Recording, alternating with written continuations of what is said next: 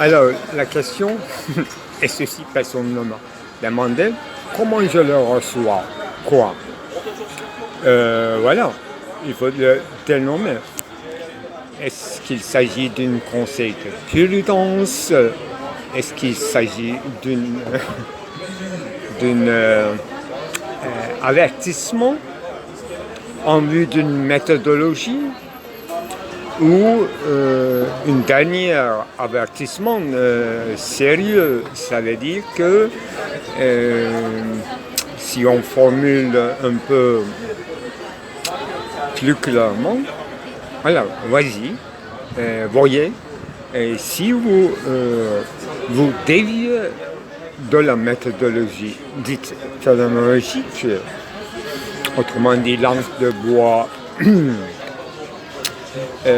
qui se délimite dans le domaine de l'objectivité, donc démontrable, là où il y a deux alternatives.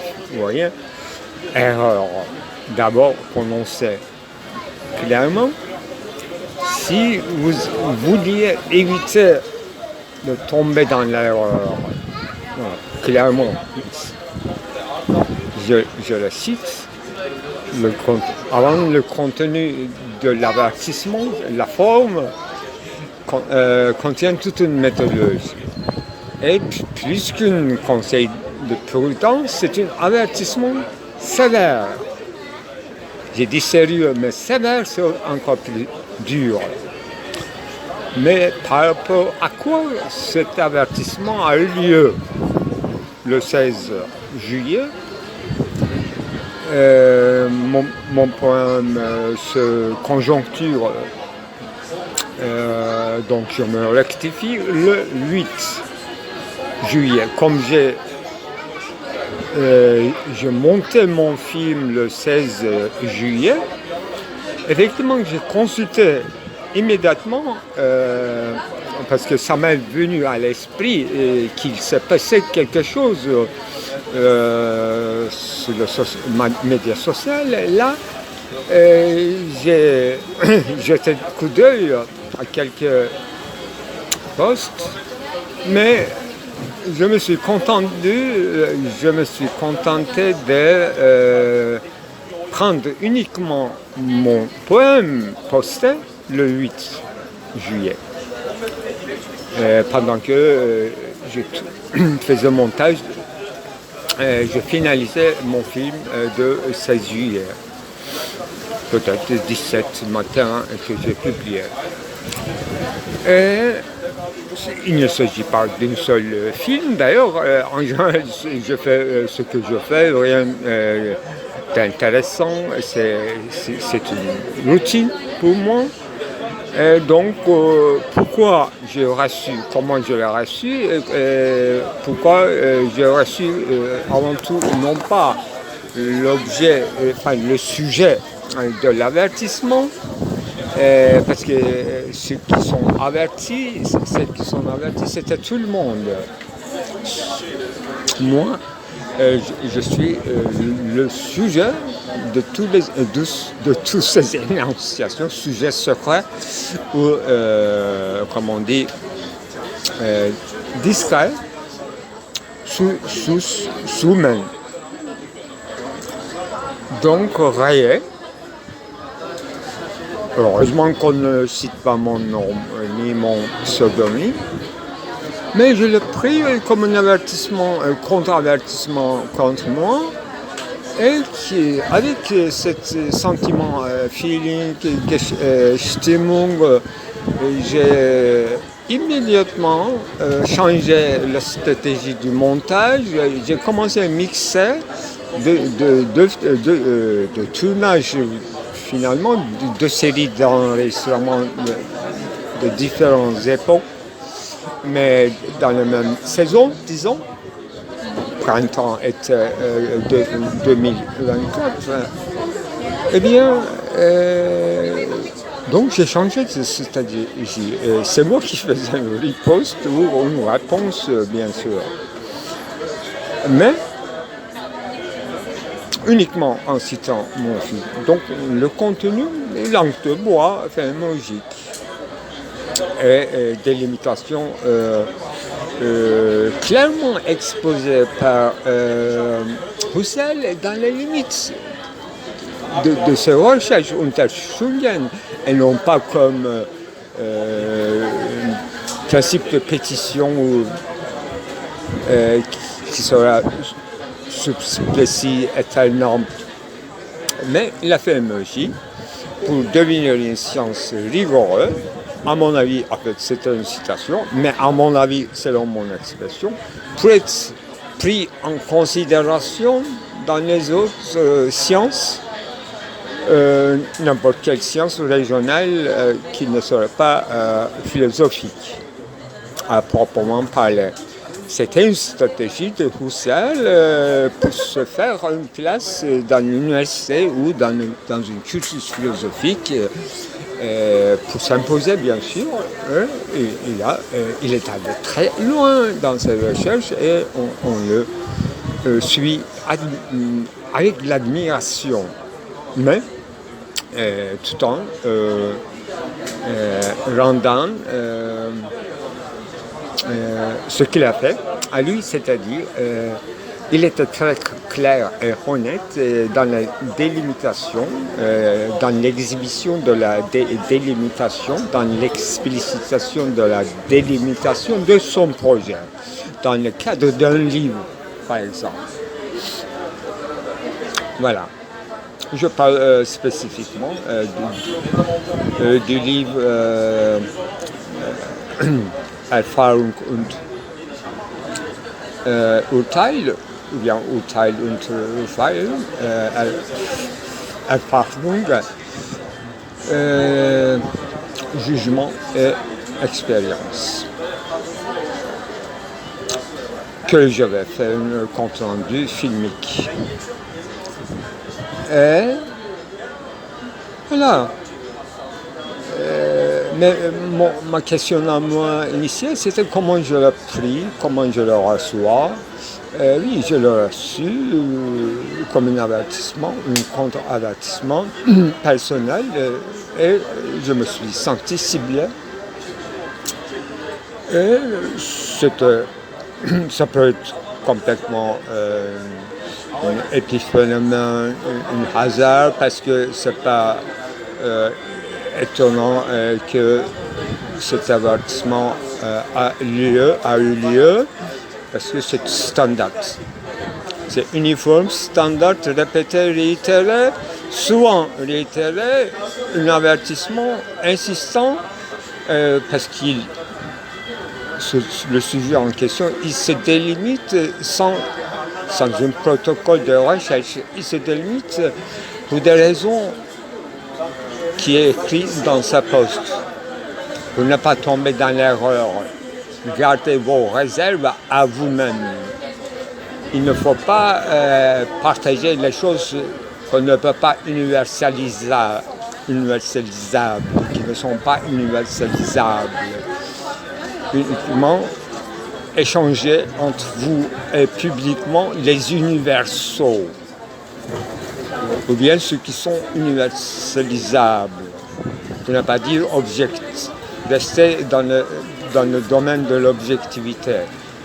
Ne mélangez pas comme un élément contaminant vos réserves. Gardez-vous toute votre attitude sceptique, gardez pour vous-même. C'est clairement écrit là, dans les postes, 2 postes uniquement. Avec à mon avis, une vulgarité, c'est un peu trop, mais avec une lucidité vulgaire. Une lucidité ou bien une... C'est-à-dire, ce n'est pas un avertissement, c'est une interdiction, un refoulement, une invitation à un auto-refoulement, sinon il y aura des gens qui vous refouleront. Qui sont-ils? Les grandes les maisons d'édition, les revues phénoménologiques, le réseau fémologiques qui peuvent vous faire déplacer d'un poste à un autre, c'est-à-dire le pouvoir. Moi, effectivement, j'ai lu avec les larmes la préface de la traduction de ce livre de Roussel et les conditions très difficiles de la publication d'un simple livre de philosophie. C'est interdiction d'exporter de la Tchécoslovaquie l'une des exemplaires de ce livre et toute une bataille qui se tourne autour de faire publier ce livre. J'ai failli pleurer. Même avec cette langue de bois, raconter cette histoire tellement tragique avec une sang-froid, c'est encore plus tragique, ça me fait verser des larmes. Et on peut faire pleurer avec cette langue de bois fémologique dans une préface d'une publication tardive et d'une traduction tardive. Ça me fait pleurer. Malgré quoi que ce soit les avertissements. N'ayez pas pleuré pour la phénoménologie. Ça ne mérite même pas d'être pleuré. Non, pas du tout. C'est justement, je pleure pour ce refoulement, et je dirais au lieu de auto-refoulement. Ça, je peux pleurer aussi à l'auto-refoulement comme une Entschlossenheit, une autodécision de l'université, comme ça existe, cette expression dans le discours de rectorat de Heidegger, ça fait pleurer. Moi, je suis aujourd'hui comme Gertrude Stein. Je pleure à tout, surtout à l'histoire géographique des États-Unis, l'Amérique, ça me fait pleurer avec Gertrude Stein. Oui, ce que je comprends, j'entends de la géophilosophie, c'est ça. Ces petits éléments imperceptibles qui nous font pleurer et nous tenons nos larmes. Je suis très clair là-dessus. C'est pour ça que dans mes rubriques, il y a une rubrique tragédie, en pluriel. Moi, après 15 juillet 2013, il a eu un coup d'État et on s'engorgeait dans la rue. Et le lendemain matin, quand je trouvais mes étudiants et tout, je disais que, tiens, j'étais juste à la recherche de Trauerspiel.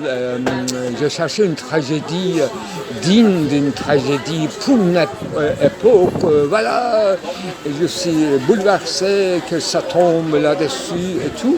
On m'a regardé d'une manière bizarre. On a dit, mais comment vous pouvez oser de rigoler avec ce genre de choses? Mais je suis sérieux, je ne rigole pas. Quand j'étais en pleine recherche de tragédie et en me posant cette question nietzschéenne de pourquoi la tragédie est disparue, pourquoi tout est devenu burlesque, pourquoi il n'y a que de comédie au sens marxiste du terme, c'est-à-dire 18 Brumaire, une 50 fois, répétition dans l'histoire, 50 fois, c'est à partir de Hegel d'ailleurs, ça devient une farce. Eh bien, moi, dans ma vie, c'est la première fois, non pas une première coup d'État que je vis dans cette longue vie, mais ce genre en fait, non pas lucidité, voilà, pornographie. Une pornographie d'un soir de 15 juillet, honteuse pornographie qui s'est passée dans mes rues. J'avais honte le lendemain, le matin et les autres jours suivants, sortis dans la rue et voir, regarder, faire face aux citoyens. On a besoin de partager ce pathos. Et quand je raconte ma petite histoire fictionnelle ou autobiographique, justement, j'étais en train de travailler depuis 2 mois sur 3 spiels. Je lisais Walter Benjamin et entre autres les autres tragédies. J'essaie de comprendre quelle était sa spécialité de Spiel baroque allemand, pourquoi il n'y en a pas dans les autres pays. J'ai appris qu'il y en a en Espagne surtout, et en Angleterre c'est plus formé par Marlowe et ensuite par Shakespeare, etc. Je m'informe et je me demande est-ce qu'on peut considérer Orta Oyun'u, Metin And, le gigantesque livre de Metin And sur les jeux d'ombre ottomans, Hacivat Karagöz, Orta Oyun'u. Voilà, c'est ma passion à moi, théâtralité, la mort, Jean Genet, pourquoi le théâtre est fini et tout. On est tombé dans un coup de théâtre. Oui, je chercherai une langage phénoménologique neutre, soit langue de bois qui fait pleurer pour raconter, pour comprendre le sens intime de la chose même. J'aimerais bien aller à la chose même, tout en laissant à côté les mots, leurs traces, épaisseur, mais épaisse mémoire des choses, ou comme disait Foucault, épaisseur des mots, volume. Je suis prêt à laisser tomber tout. Je suis prêt à sacrifier ma poésie. Écrire avec les mots de commercial, advertorial. Voilà, ich görüşmesi, un rendez-vous de demande d'emploi. Et je suis prêt à écrire des poèmes avec cette superficie des mots, sans faire de jeu de mots, sans dévoiler le secret des mots. Je accepte en tant que tel, comme dans un catalogue de magasin. Voilà. Mais pourquoi tu fais la philosophie? Pour produire des œuvres? Moi aussi, j'aimerais bien produire des œuvres. J'aimerais bien que l'œuvre Ergon devienne mon œuvrement. La philosophie de Praxis prend son sens dans l'œuvrement. Dans l'œuvrement qui est assez dans le voisinage de désœuvrement. Al-Akadam, l'homme désœuvré, en chômage, volontaire ou involontaire. C'est un choix de vivre comme un clochard dans la rue, chercher des lieux insonores qui ont une bonne acoustique, qui ne seraient pas des voix significatives qui te dérangeraient, tes labyrinthes, les méandres de ton esprit, tes réserves, ton intimité, que tu aimerais bien partager s'il y avait un interlocuteur. Il dit que ne soyez pas interlocuteur de celui-là. Celui-là, il faut l'isoler. Il faut qu'il garde ses secrets. Il ne faut pas qu'il met en circuit. Il ne faut pas qu'il parasite notre réseau philosophique bien encerclé par les citadelles et des murailles. Personne ne peut entrer ici sans connaître la géométrie. Là, je me plie en 4 ou en 40 pour parler en géomètre, avec les ellipses, avec les mouvements sinusoïdaux ou asymptotiques, des distances deviennent des proximités. Tout d'un coup, je fais l'astrophysique. Effectivement, comme on dit, suları bulamıyorum. Je renverse les eaux bien sédimentées, l'eau devient opaque, il ne se voit plus clair et ils devraient oublier tout ce qu'ils ont mémorisé, appris par cœur. Moi, c'est l'un de mon maître quand j'ai commencé à mon période d'érudition perdue. Donc ça devait être encore 2012, quelque chose comme ça, après le sultan de Russie, si vous voulez. Ce n'est qu'une anecdote. Et là, à la face de mes étudiants, je disais, en commençant à mes cours, que je suis venu ici pour bousiller ce que vous avez déjà appris par cœur. C'est pas une bonne traduction en français. Je disais clairement et d'une manière très frappante, buraya sizin ezberinizi bozmaya geldim. Şüphesiz felsefe alanında. Je suis venu ici pour bousiller ce que vous avez déjà appris avec une rassurance et en mémorisant seulement les concepts et leurs significations et leurs enchaînements.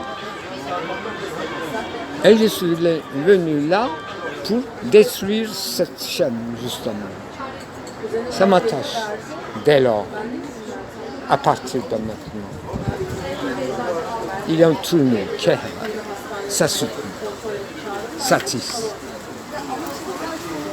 Rien, rien ne conclut.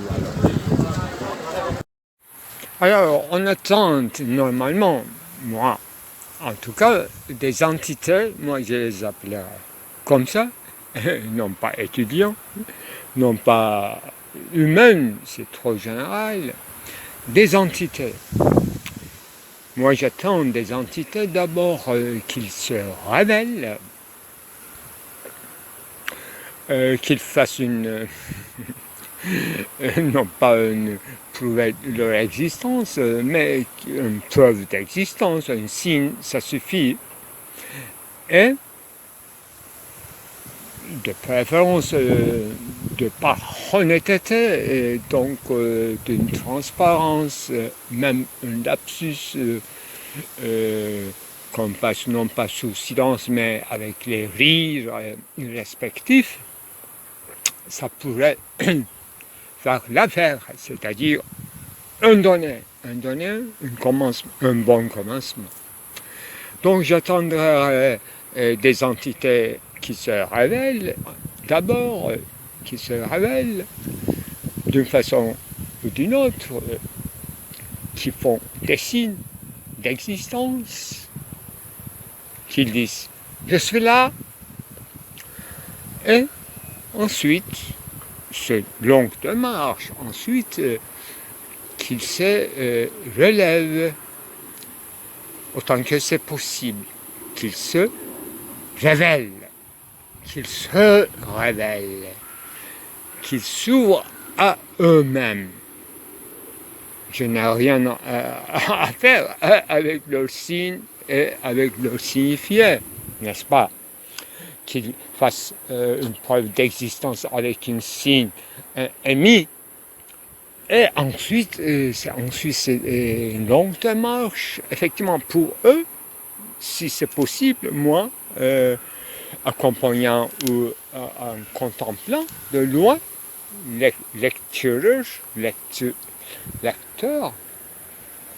moi, lecteur, observateur, si c'est possible, si l'existence fait son chassé-croisé, pourquoi pas un accompagnateur. Donc je ne parle pas d'un rapport de maître-élève, alors que j'étais élève et je suis devenu maître attitré et maintenant en retraite, donc en dehors du circuit. Vous voyez la chose, l'horizon. J'ai fait description de l'état des choses. Il s'agit d'une entité qui était élève, mais je ne dirais pas de à part entière, parce qu'il s'agit d'une séquence, d'une période. C'est ça. Le monde était toujours comme ça, et le monde encadré qui est le nôtre, qu'on appelle l'éducation, soit nationale, soit peu importe, institutionnelle, dans une institution, à partir des signes institués, donc référentialité, s'oblige pour un minimum d'entendre. Donc on fait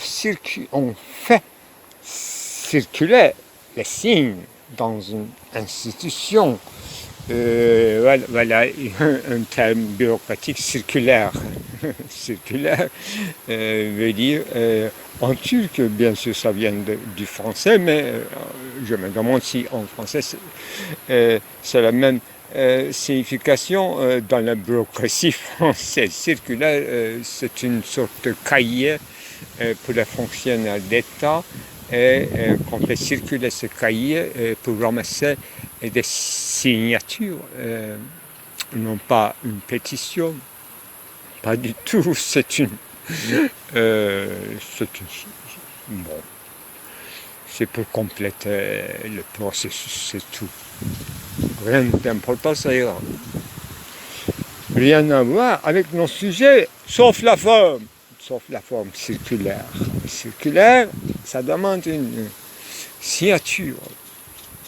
Entité devient une signataire. On connaît bien dans l'institution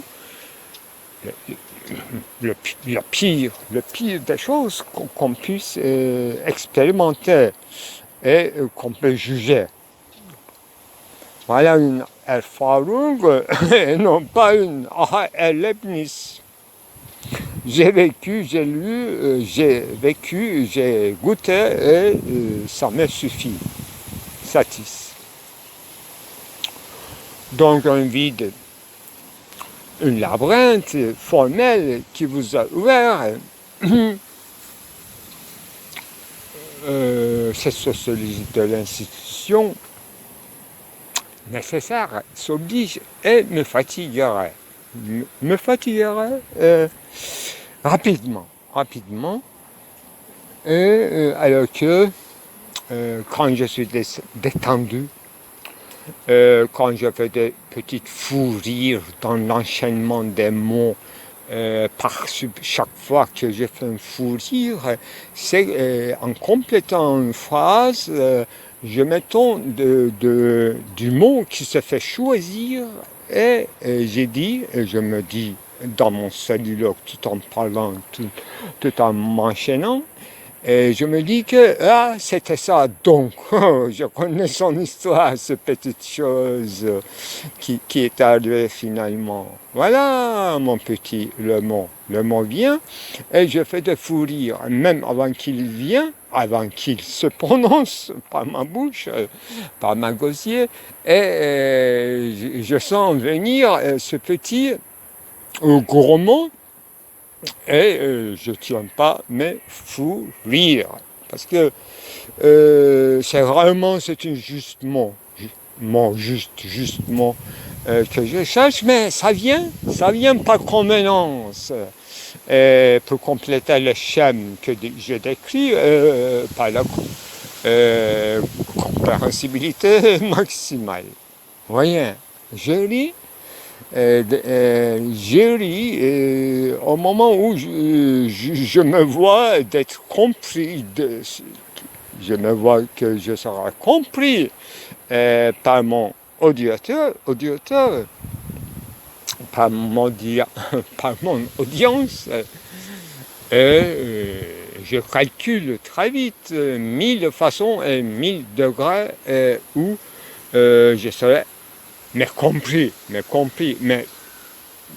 comme je prévois de quelle façon je serai compris, et ma phrase prochaine se prépare. Donc, ça s'enchaîne comme ça. C'est une champ de bataille, mais comme une table de diplomatie aussi ultra paisible, très courtois. Et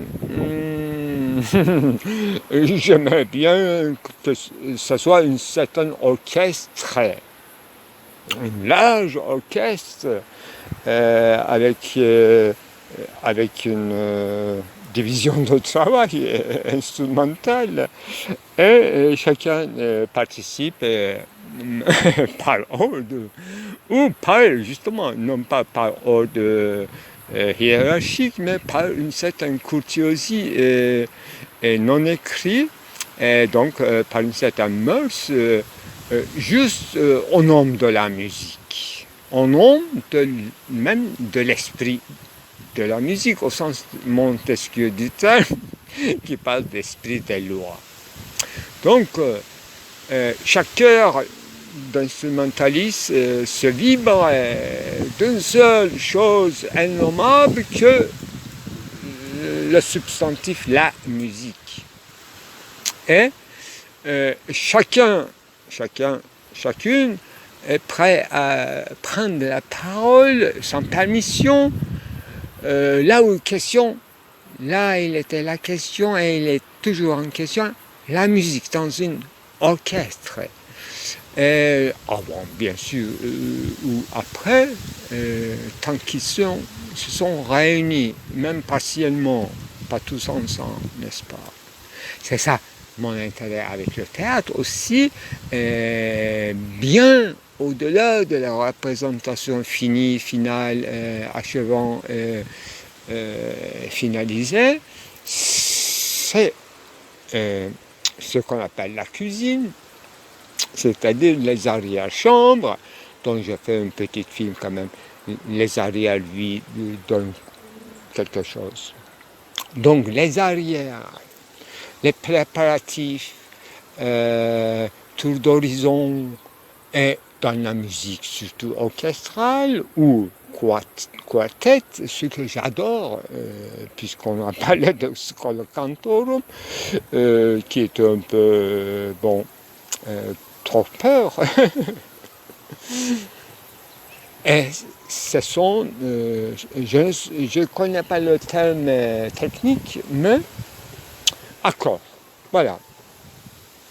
Les instrumentalistes ont leur temps libre en préparation pour jouer une partition avant un concert, et ils sont libres d'accorder l'un par rapport à autrui. C'est une véritable communication cryptée, très spécialisée. Et moi, en écoutant comme simple auditeur, dans une ombre d'un salon, et je me dis, alors là, quelle chimie, quelle conférence des oiseaux. Ils se préparent tout simplement, ils règlent leur apparat, et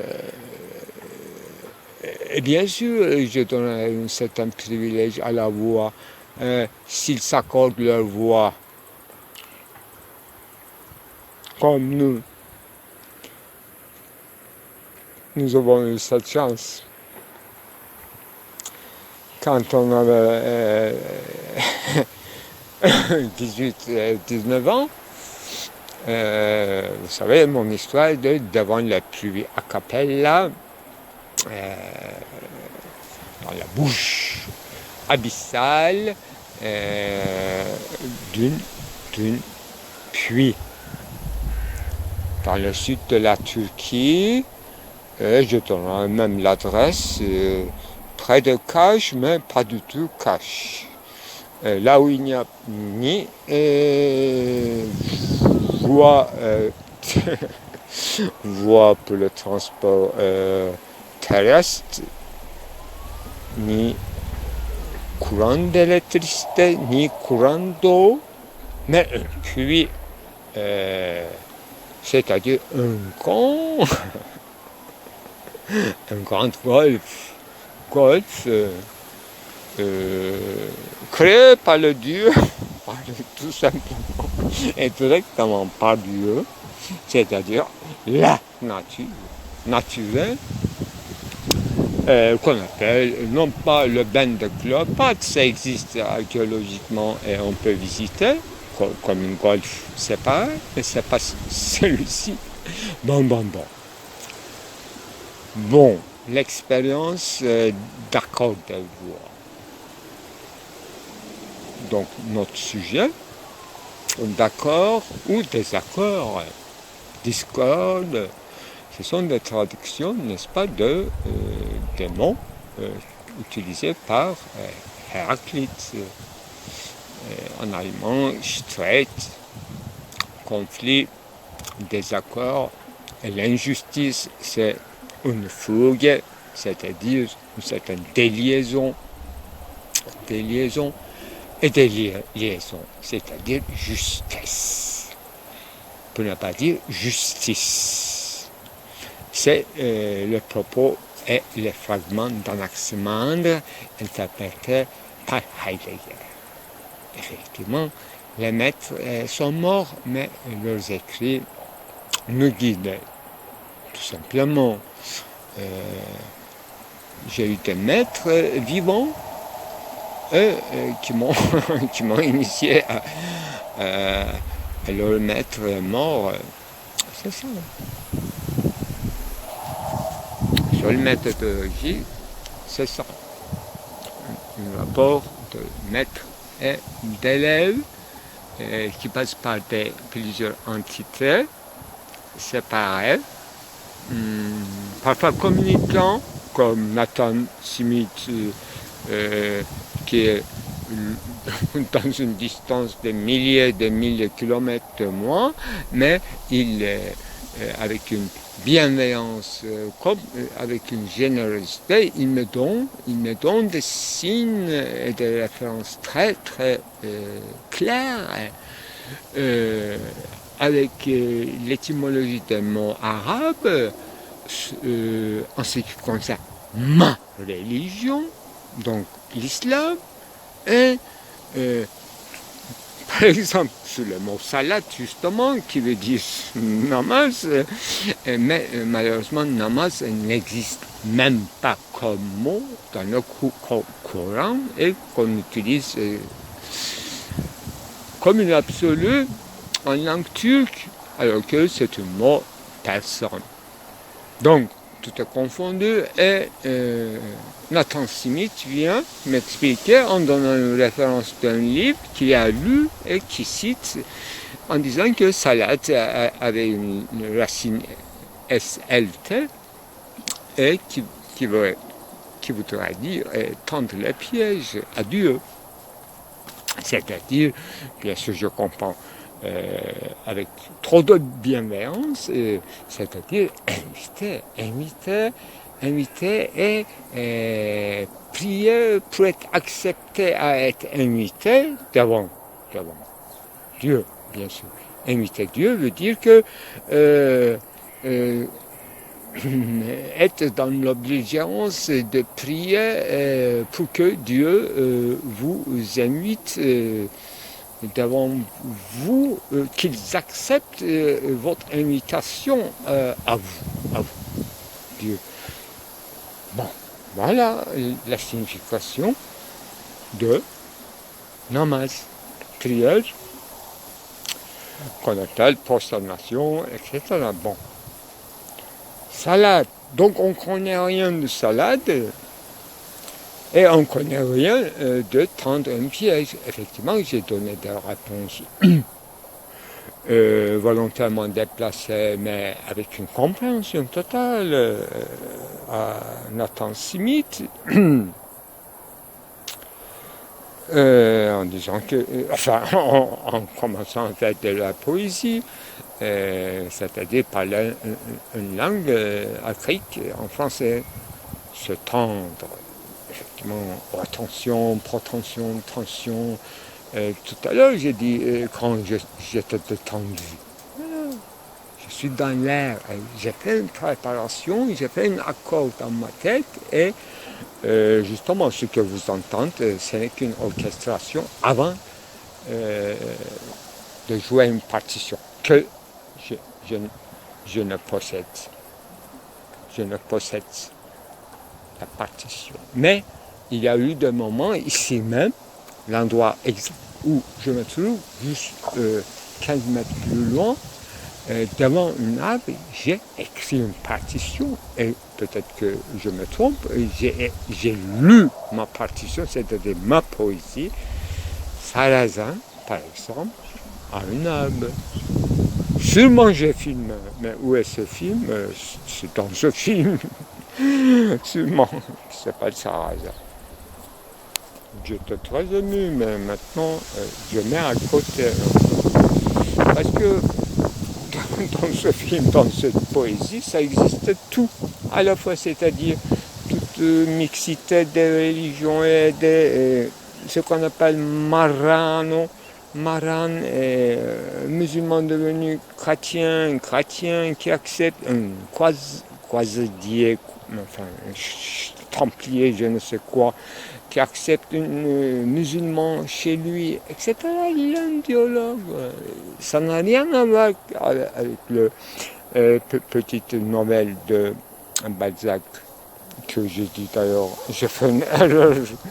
D'ailleurs, j'ai dit Flaubert, ça, je me souviens très bien. Alors qu'il y a 4 ans, j'avais fait d'emblée un autre film qui s'appelle justement, qui décrit véritablement d'une première main, après avoir lu cette nouvelle,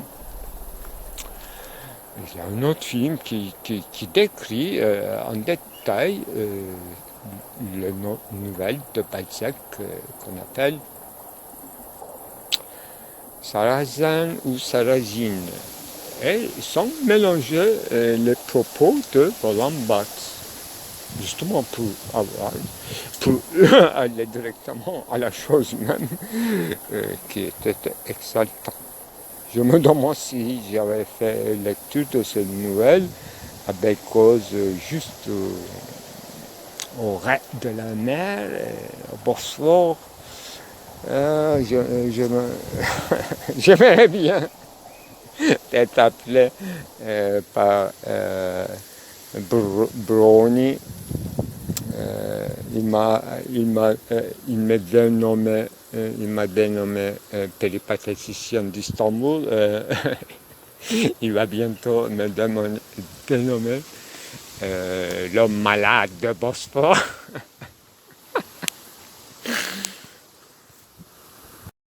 Alors le processus ou le procédé s'avance et se déroule toujours avec la variance althétique, formellement de la même façon. C'est-à-dire d'abord un certain recueillement, si vous voulez un certain condensement, un esprit ramassé, concentré, et puis une longue anamnésis, si vous voulez, avec la langue actuelle, un compte rendu, tout simplement un résumé. Eh bien, cela s'appelle non pas vœu, prière, disons méditation à haute voix, et imaginons comme une lettre à une amie, ou une lettre mise dans une bouteille jetée à la mer, c'est-à-dire le réseau, qui dépasse donc une certaine conception de temporalité de tôt ou tard. Eh bien, deuxième séquence, après le recueillement, une certaine apparition visuelle. Voilà, ce qui était interdit d'en parler par Soufraverdi, ce que j'appelle développement, œuvrement, dans le désœuvrement, donc l'attente, préparation, frayer l'horizon, oui, préparer le terrain pour une variation eidétique, ce qu'on appelle attention flottante dans la phénoménologie, dans la mer. de cette terminologie. Et puis quelque chose qui vous fait un clin d'œil, ça peut être complètement fallacieux, comme une... voilà, en tout cas, dans la chasse aux volatiles, il y a des expressions que je me rappelle pas très bien, mais on appelle quand même de yalancı ördek, yalancı kuş. Voilà, ça peut être trompeur à première vue, mais avec votre cœur, vous pouvez l'interpréter de meilleure façon et vous pouvez faire entrer, mais pas forcément, parce que c'est eux qui, c'est cette chose totale, fétiche, objet partiel, une figure, une simple pierre, un petit mouvement, une courbure, ça suffit, une fleur, tout marche. Donc, je suis quelqu'un aussi très visuel, perceptif.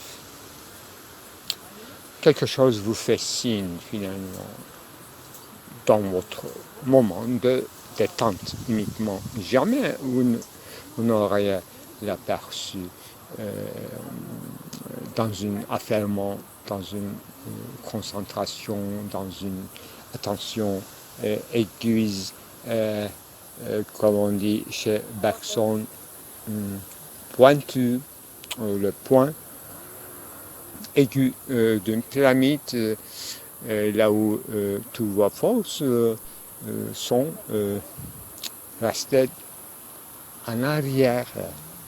Là où je fais renverser la sédimentation vers le haut, vers la surface, effectivement, les choses aussi qui sont complètement indépendantes de moi, la chosale, les choses chosales font des signes à moi. Voilà ma méthode.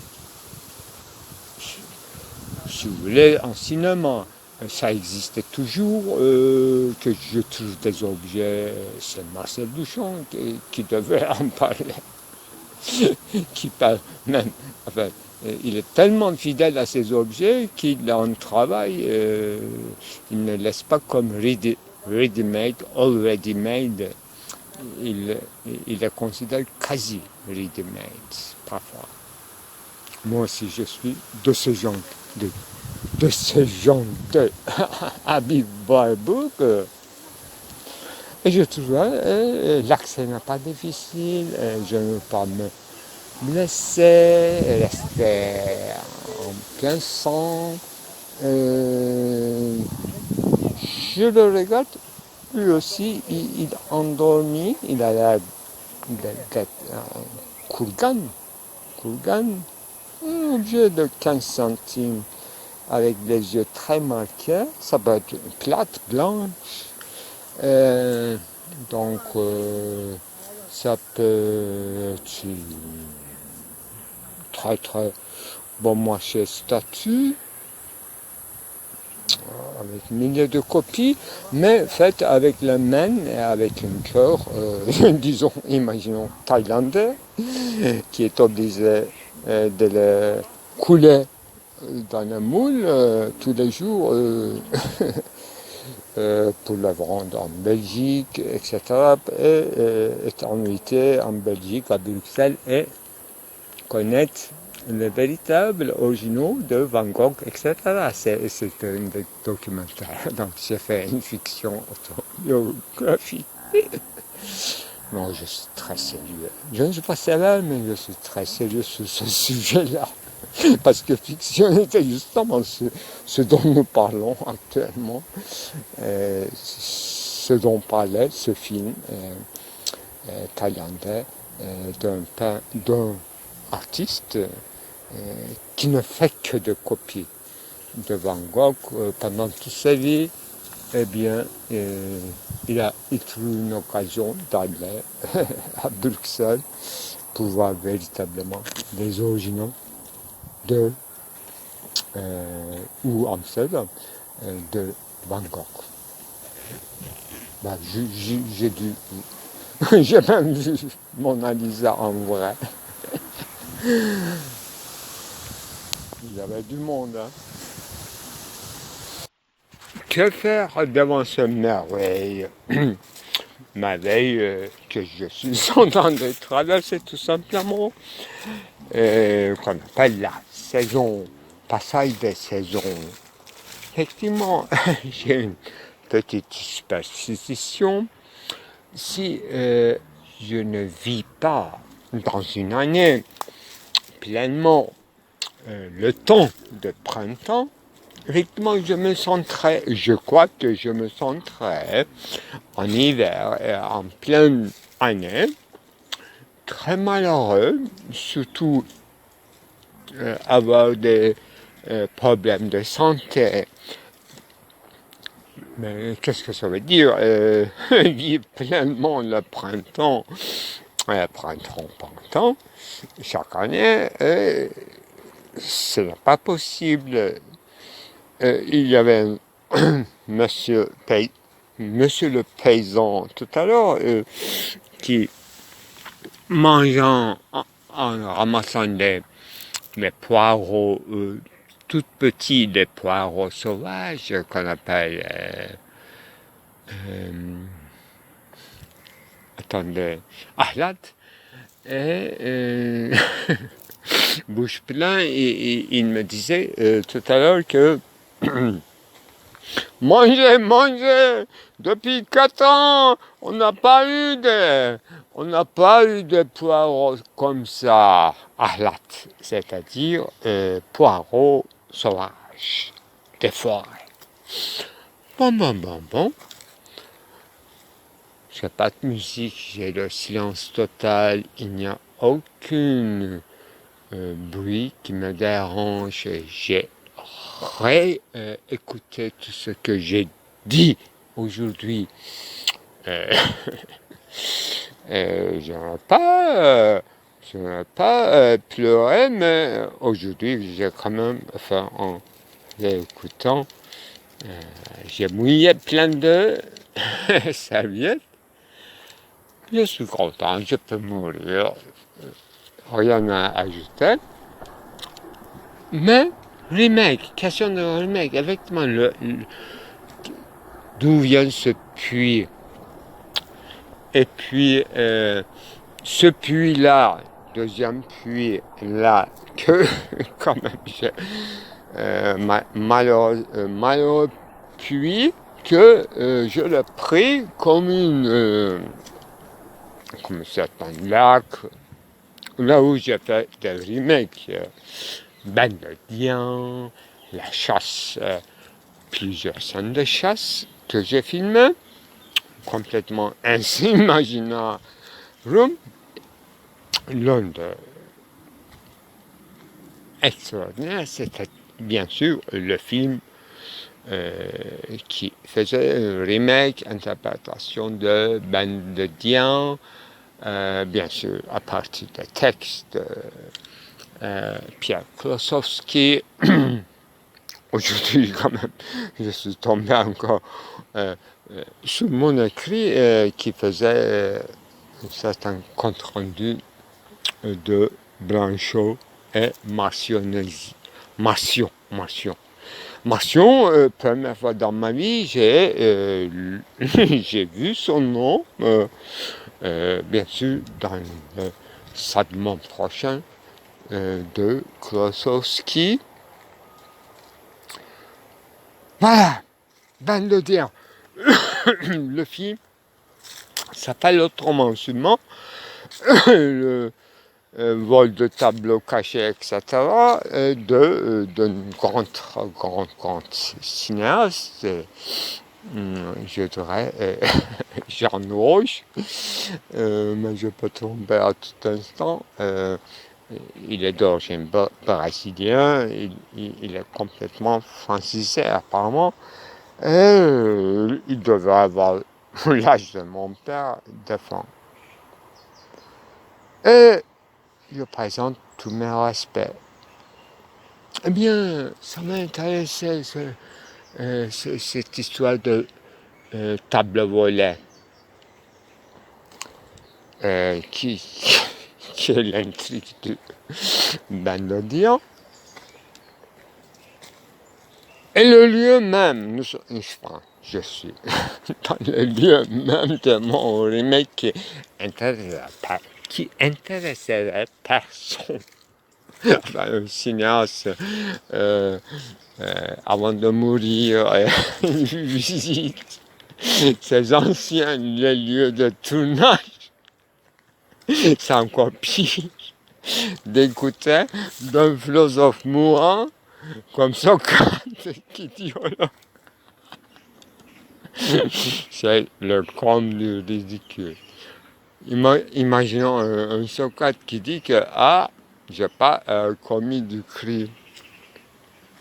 Mais je suis prêt à mourir, ça fait rien. Ça peut être guillotine, ça peut être arsenic et dentelle, selon l'époque.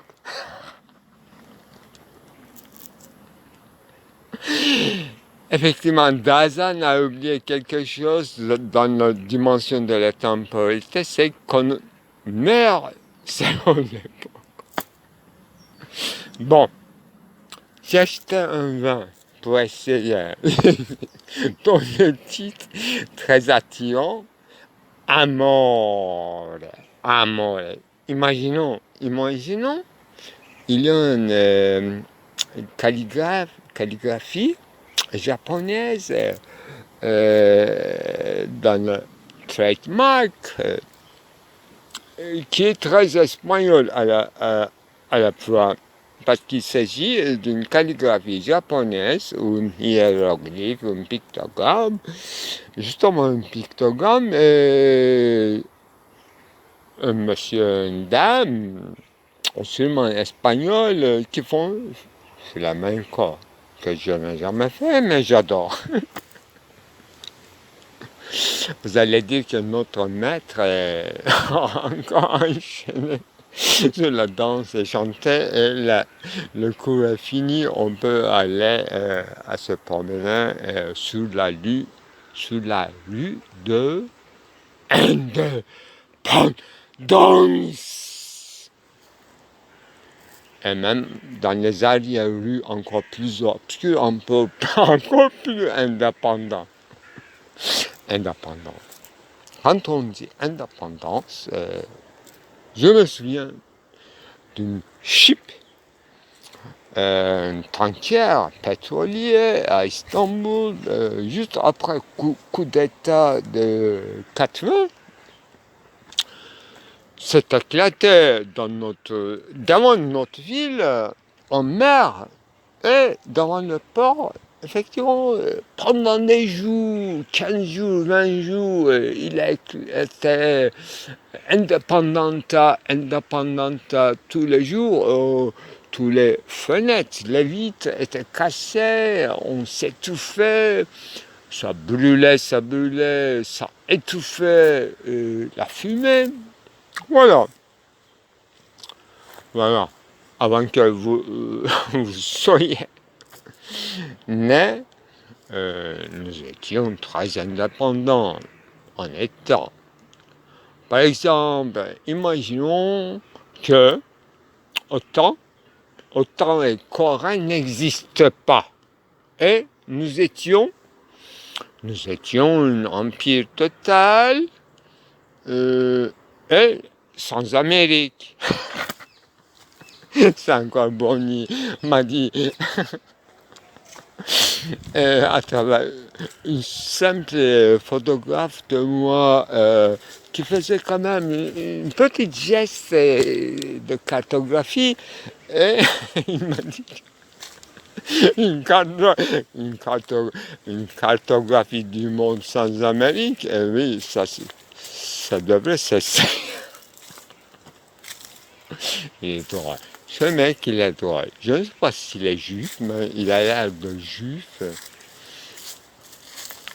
Bon, je vais faire quelques photogrammes.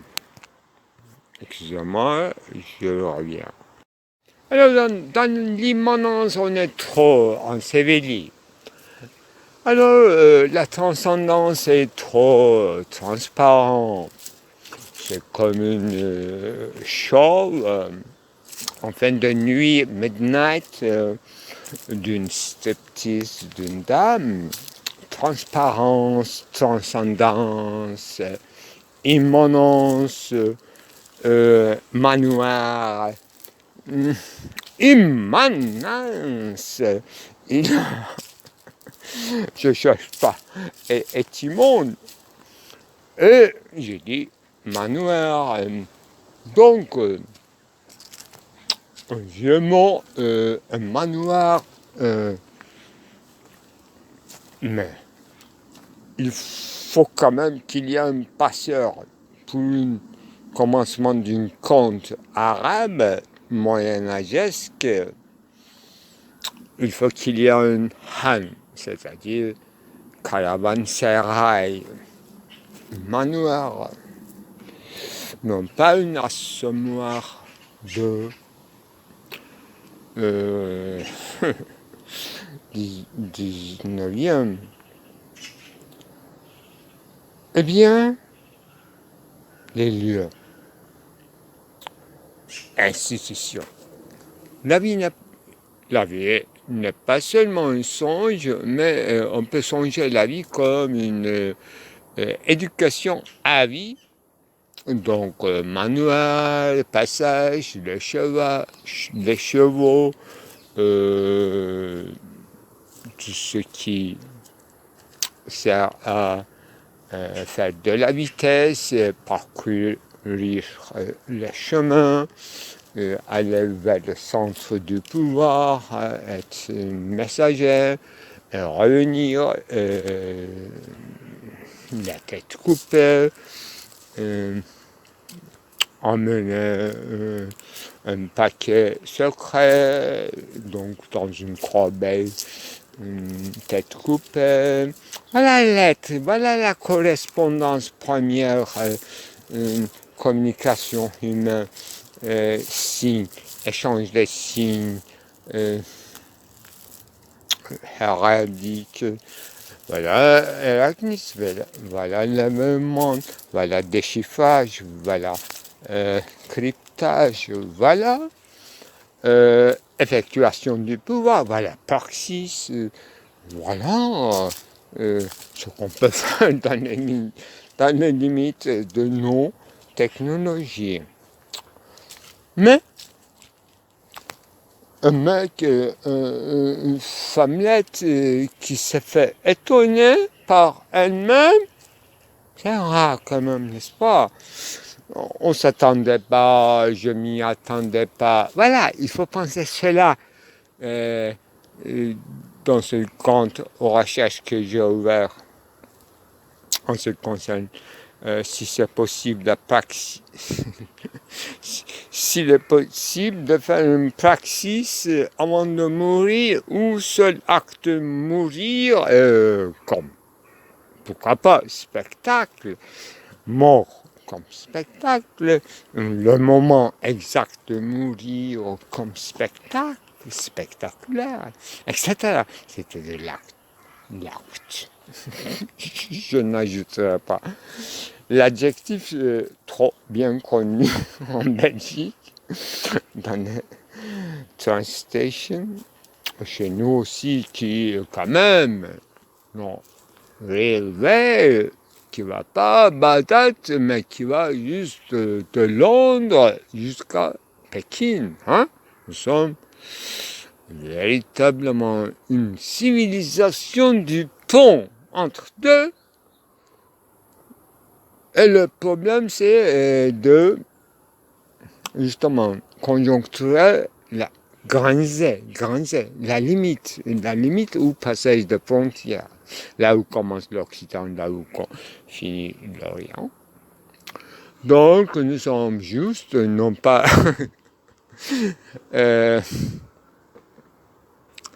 non pas comme dans le poème de Jahid Kulemi, 105 ans au milieu de notre espoir de vie comme Dante, qui signifie purgatoire. Très beau poème Cahit Sıtkı Tarancı 35 yaş şiiri. Le poème de 35 ans que j'ai doublé depuis longtemps. Bon, nous sommes dans le passage des civilisations, etc. Nous sommes laïcs, nous sommes croyants, li. Voilà, il y a eu des rengains, rituels comme ça attire le touriste, ça attire pas les hippies. Les hippies, c'est autre chose. Moi, je le connais. Bon, soyons sérieux. Le temps passe. Et aucune spot publicitaire, étatique, propagandiste, idéologique, culturel, en ce qui concerne l'humanité, civilisation, ou contre la guerre, etc., ça ne tient pas, ni féminisme, ni aimons aimons quoi? Aimons les animaux, protégeons les animaux. Ouais. Personne ne parle la vérité. J'ai un domestique, non pas domestique, mais un petit vivant chez moi depuis plus de 20 ans. Bien sûr, on ne s'est pas marié officiellement, mais effectivement, elle vit sa vie à la maison. Moi, je quitte très vite la maison et je vis à l'extérieur. Nous sommes très bien habités chez nous. Voilà. Donc, personne ne dit la vérité. La science dit la vérité, mais comme catalogue. C'est juste imitation d'Aristote de mauvais sens. Il y a ça. Et quand il a ça, il a ça. Et quand il n'a pas ça, il a probablement ça. Ça et ça fait ça. Moyen. L'homme inculte qui lit un catalogue devient encore plus culte. Imaginons que nous ne donnerons aucune concession de notre foi intime et nos traditions de nos ancêtres, des livres sacrés, et nous voulons entrer absolument à l'université pour devenir une caissière dans une série de chaînes de market contrôlées par AKP. Alors, ethos, mœurs, fini. Il n'y a qu'un acte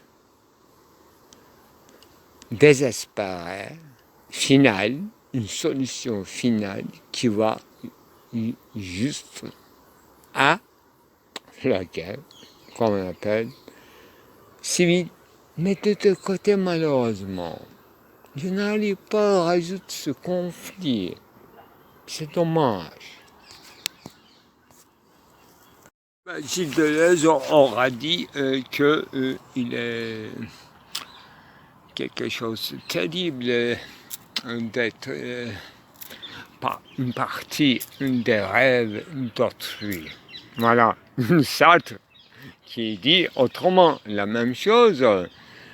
Il est simplement terrible d'être une partie d'autrui, d'être assujetti, etc. Mais dans la rêverie, c'est-à-dire dans le domaine des imaginaires, que le sujet, c'est-à-dire assujetti, qui serait d'avance accepter qu'il entre dans les rêveries ou fantasmes, bien sûr, imaginaires dans le sens très large, d'autrui. Le grand problème, c'est que lui, bien sûr, en entrant, il en prend, comme on dit en français, il prend son pied, il en prend un certain pied, c'est-à-dire, il s'y trouve, il s'y conjoncture dans ce théâtre de rêverie, mais on juge, enfin, le grand philosophe juge que c'est terrible, il n'y a rien de plus grave. Donc, l'autre nation reste ouverte. Comme alternative, c'est de faire entrer dans la rêverie quelqu'un. Est-ce si terrible que ça? À mon avis, c'est la même chose vu du deux côtés. Lui, il devait savoir encore mieux, étant écrivain d'un livre étonnant, présentation de Sacha Masoch, qui renverse quand même ce qu'on a cru savoir en le sujet. Eh bien, le lieu sacré dans lequel je trouve fragile, mais dans ce jour de 21 juillet, donc toutes les divinités ne sont pas quittées, mais ils sont entrées quand même souterraines, c'est-à-dire la terre séchée, stabilisée, l'eau courante est desséchée, une grande voie de rivière stabilisée et les insectes sont diminués finalement parce qu'il y a, bien qu'il y a encore des petits poireaux qui tombent de leurs branches qui se décomposent par terre et qui émettent une odeur de fermentation, quand même, qui fait l'état d'esprit de la saison sans laquelle on ne peut jamais saisir la temporalité, le temps qui passe est très vite.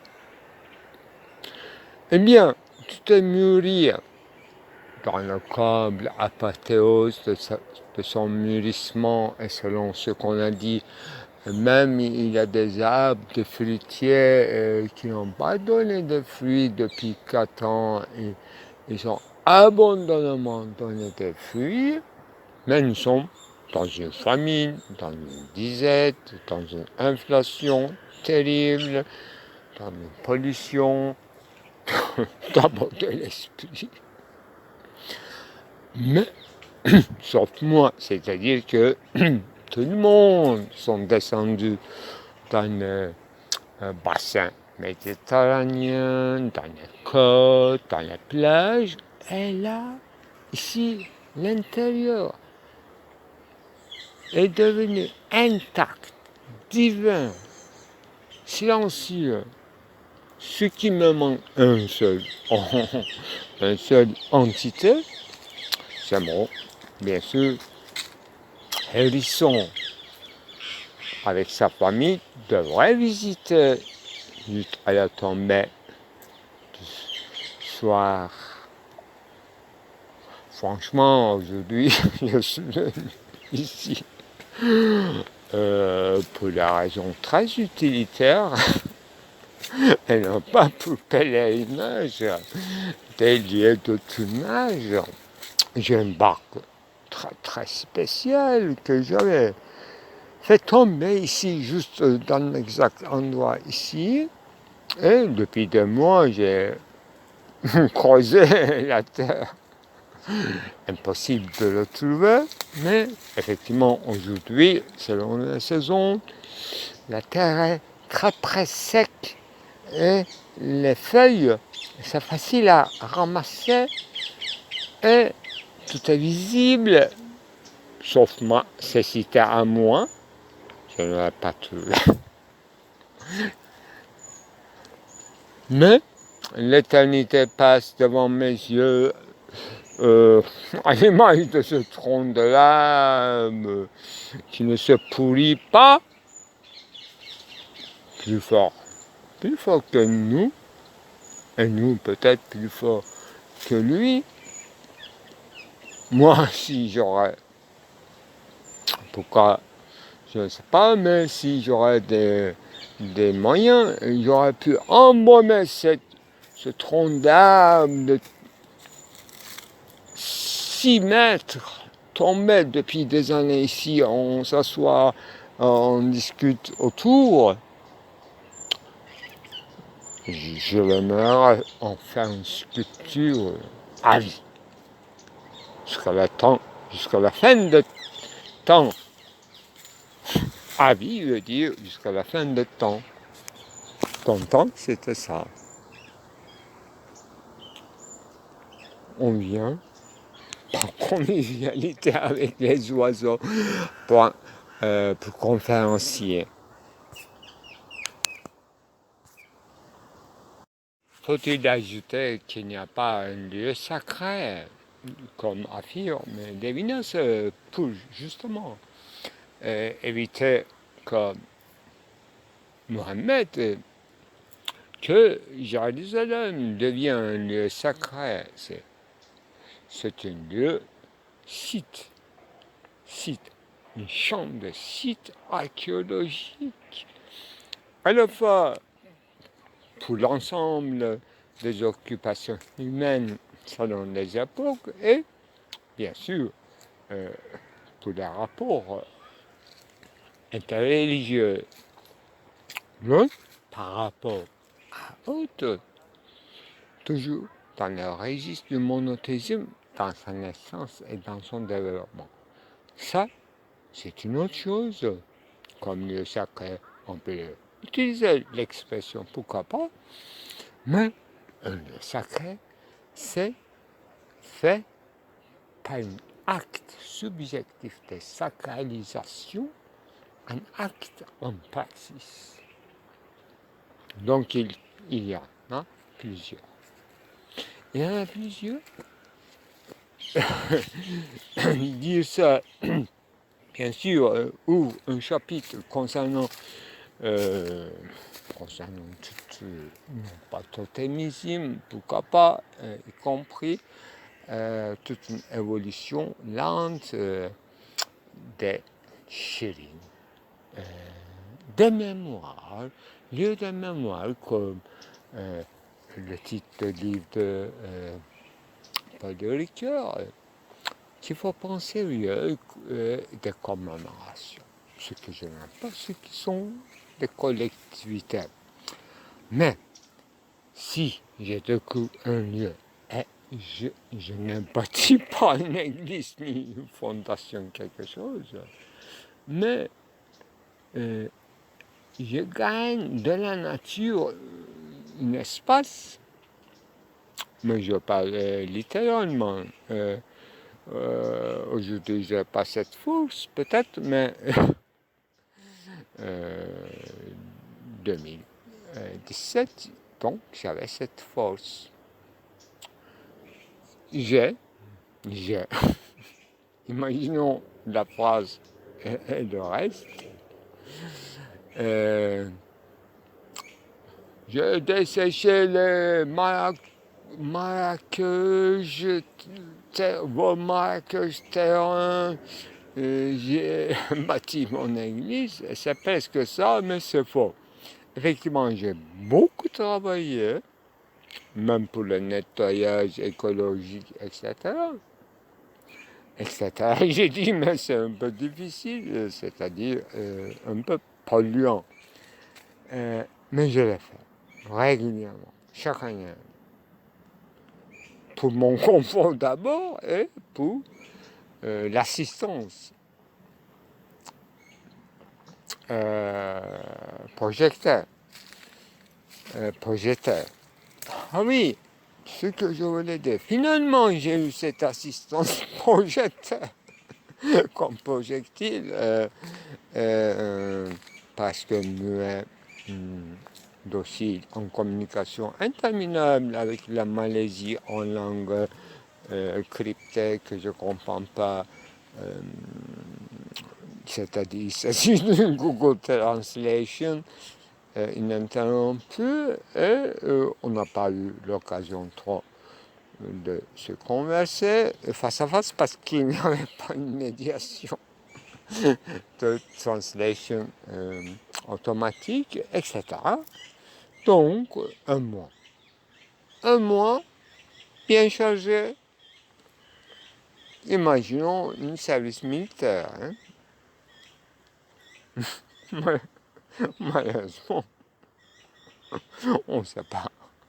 Enfin, les tâches quotidiennes, limites, les autres sont courts et simples à exécuter, bien passé, bien passé, mal fini. Qui s'en soucie?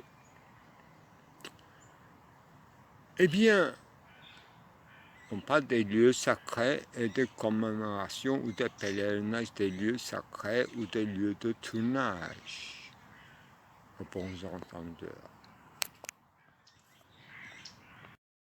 Les Turcs, en fait, les Turcs comment les nomades qui n'ont rien à l'Anatolie, ni avec sa culture, ni avec sa géographie, ont beaucoup appris de leur frère, grand frère aîné, dit persan, persique, eux, ils sont divisés en plusieurs. Turcs. Eh bien, les Turcs n'est pas trop des gens qui sera trop reconnaissant. Ils pillent. Mais à un moment donné, quand même, l'âge adulte est venu à cette race aussi. Pas fatigue. Après plusieurs divisions d'État, l'État n'existe pas chez les Turcs, ce n'est qu'une certaine exécution de son frère. Le père est très mouru, mais le problème c'est qu'il n'arrive pas à écrire. Il n'a aucune loi, sauf ce qu'il a proféré par sa bouche. Donc les frères, ils s'enculent. Ils s'entretuent et deux États, c'est-à-dire deux frères et troisième frère, et ça fait une géométrie de autodissolution de l'Asie centrale. Eh bien, 17, c'est rien. Un mensonge total. Aucun indigène, turc, tatar, n'importe quoi, en Asie, ne peut pas quitter ces terres. Donc, les Turcs qui ont envahi progressivement la civilisation, c'est-à-dire l'Arménie, Mésopotamie, impossible d'y entrer sans être invité par Caire, Damascus, Bagdad, et Byzance affaibli pour des raisons métaphysiques que je saute ici. Ils ont entré, ça dure des siècles, mais comme on appelle en allemand, le mot fasciste le plus frappant de discours de recteur, voilà, totalement mal compris. C'est basé complètement une mécompréhension d'un concept kantien qui s'appelle Gesetz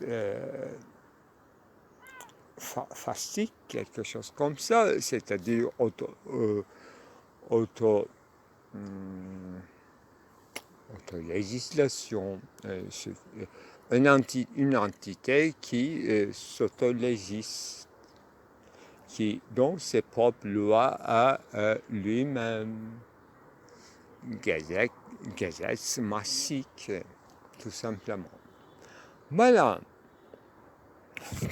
qui est justement au milieu de l'arbitraire des signes et de l'arbitraire de la volonté de tout arbitre qui va là dans un extatique. Non pas statique, non pas stable, imprévisible, marchandable, vendable, achetable, horrible.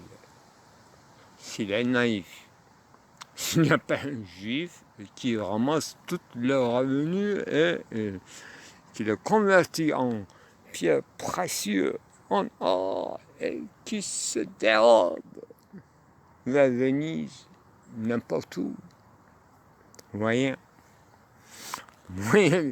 le livre sacré, c'est pas un livre, ce n'est qu'un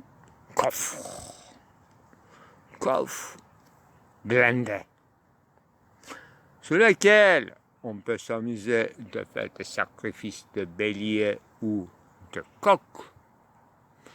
Et les livres sont volés depuis longtemps.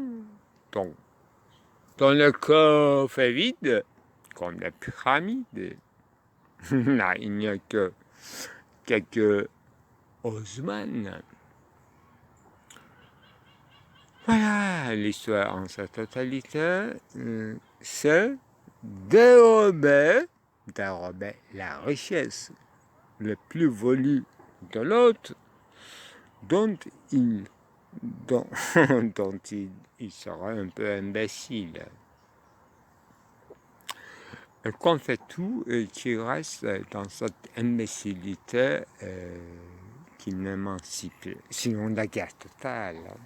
Pour empêcher, les Juifs sont tellement bienveillants qu'ils ont inventé le capitalisme qui ne fait mal à personne parce que ça fait mal à tout le monde en même temps. Donc le soir sera jusqu'à un moment très reconnaissant, après, selon le motif géographique,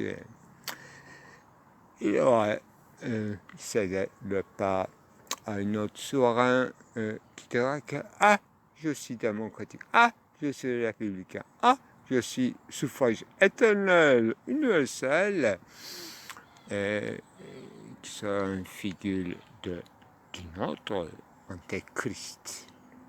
C'est toujours comme ça.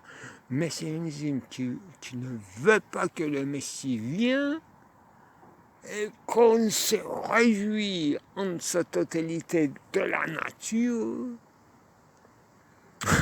Voilà. C'est une conception, c'est une religion assez spéciale. Ça existe partout et en plus c'est contagieux comme religion. Et nommé bien sûr. Jamais on ne peut accéder à une religion qui se déclare ainsi. Mais si une religion s'établit comme la métaphysique achevée, comme ce monde-ci, personne ne peut dire que tu sors du domaine de l'objectivité, ma chérie. Je crois que tu devrais repenser ceci. Voilà. On est dans cette imbécilité-là. Tu m'entends? Tu m'entends? M'as-tu entendu? M'as-tu entendu? D'autant plus, d'autant plus, d'autant plus fort. Et tu viens là, dans ton abîme. Tu as vu tout, toute l'histoire. Tu es plus messianique que moi. Tu es eschaton. Tu es le commencement de la fin. Tu es la fin. Tu es en vue de la fin. Tu étais, tu fus, tu seras la fin et le commencement. Sois béni, l'abîme.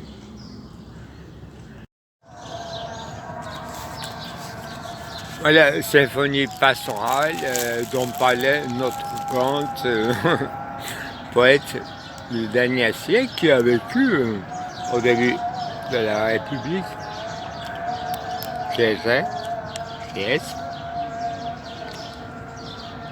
Yahya Kemal,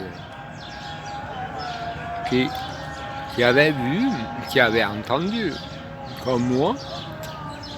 C'est très rare, hein, Istanbul, cette symphonie composée avec, comme il y a plusieurs. Donc, j'étais le 4 juin, extrêmement haute pression. Donc, il s'agit de conditions atmosphériques, émissions de voix acoustique qui devient une composition orchestrale. C'est ça. Il a raconté beaucoup plus poétiquement et d'une manière un peu exagérée, mais c'est quand même... Il y a des années, première fois, je l'ai témoigné, j'étais extrêmement affecté.